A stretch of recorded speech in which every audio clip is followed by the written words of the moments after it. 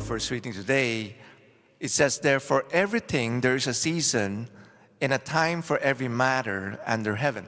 And I was kind of just laughing because personally I said, there's a time for me to have a long hair and there's a time for me to have a short hair. Now I just cut my hair and I have a short hair now. But kidding aside, this is really true, right? For everything there's a season and a time for every matter under heaven. A time to be born and a time to die. A time to weep and a time to laugh. A time to mourn and a time to dance. A time to love and a time to hate. And a time for war and a time for peace. So when we're going through these different times or different seasons, there are times wherein our emotions would just go up and down. How many of you have experienced that, right? For me as a priest, I experienced this. I remember vividly, there was one weekend, I was doing ministry, my emotions was just up and down. Friday, I did a funeral. Saturday morning, I did a baptism. Saturday afternoon, I did a wedding. Sunday, I anointed the sick, and that person died.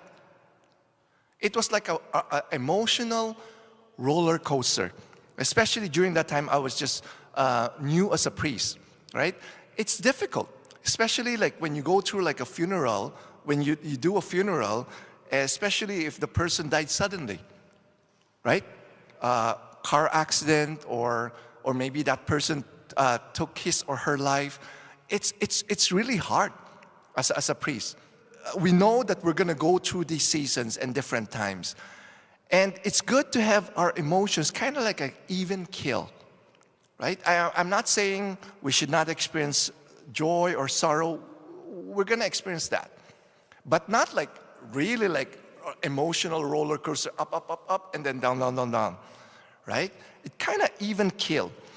And for us to be able to do that, it is always good to have Jesus as our rock and refuge. In our responsorial psalm today, it says, "Blessed be the Lord, my rock, my steadfast love and my fortress, my stronghold and my deliverer, my shield in whom I take refuge." Having Jesus as our rock and our refuge, it is always good to have like an eternal perspective so that we would know what we need to focus on and to concentrate on, right?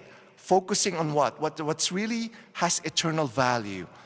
Because we could just so be easily attached to the things of this world that doesn't have eternal value.